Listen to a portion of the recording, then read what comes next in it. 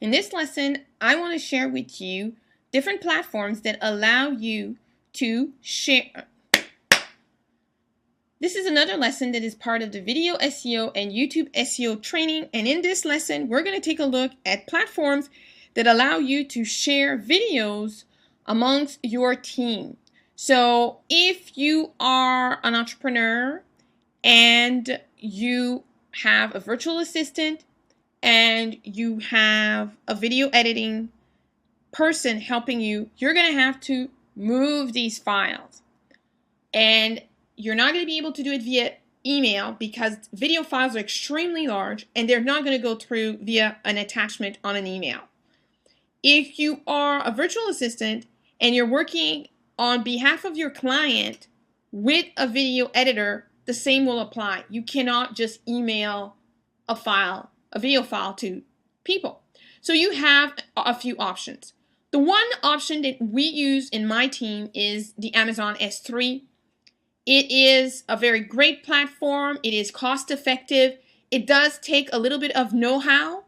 It is, you do have to train on it, and I've trained my entire team on it so we can all use it. We can upload files, we can download files. It's really a fantastic platform, and my team is in a different country, so it's never been an issue at all.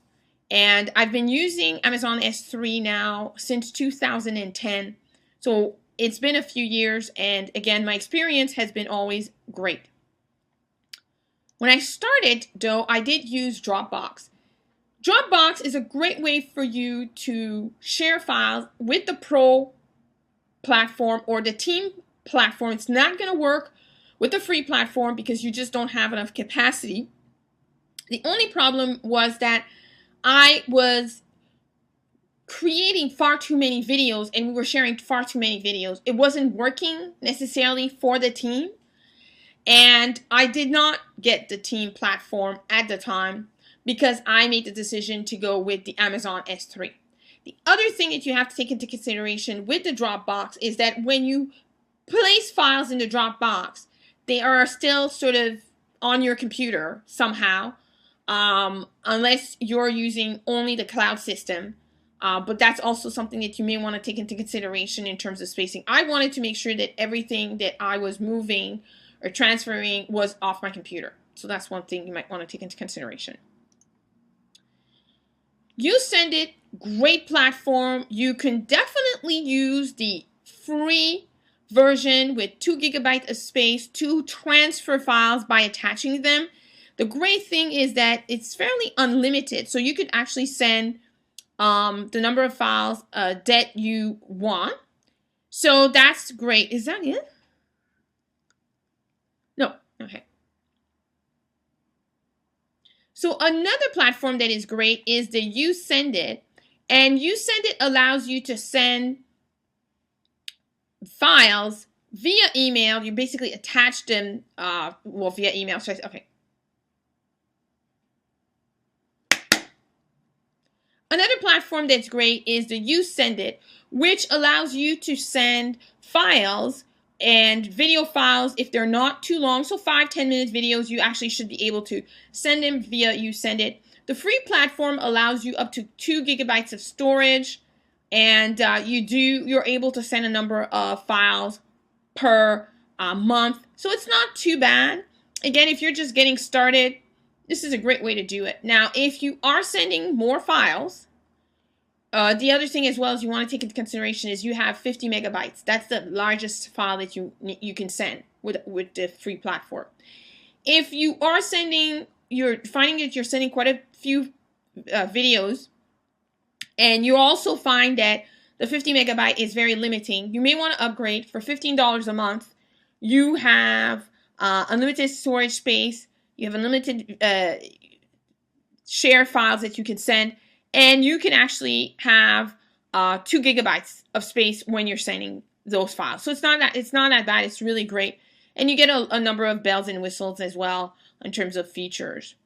Now you also have the upgraded version, the Pro version at $24.99 a month, where you have just a few more bells and whistles, customized. I mean, this you have to see if this is something that really worth it for you or not.